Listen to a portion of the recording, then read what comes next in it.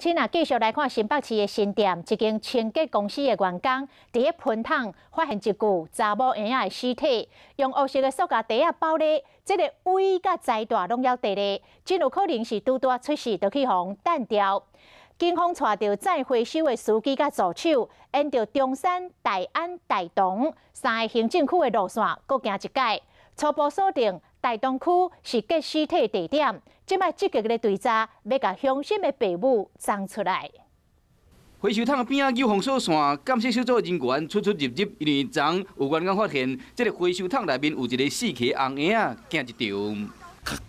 割开，发现一个孩子啊，就是听他讲，然后他说有头发。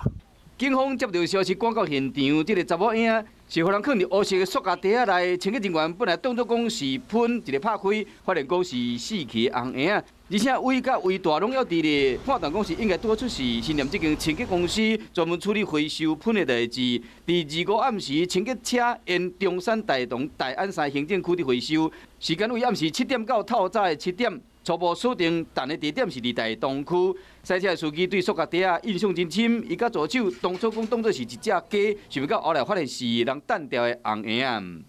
那我们大概初步了解是应该是第2部车载运回来的一个厨余。那这部车所跑的路线是在台北市。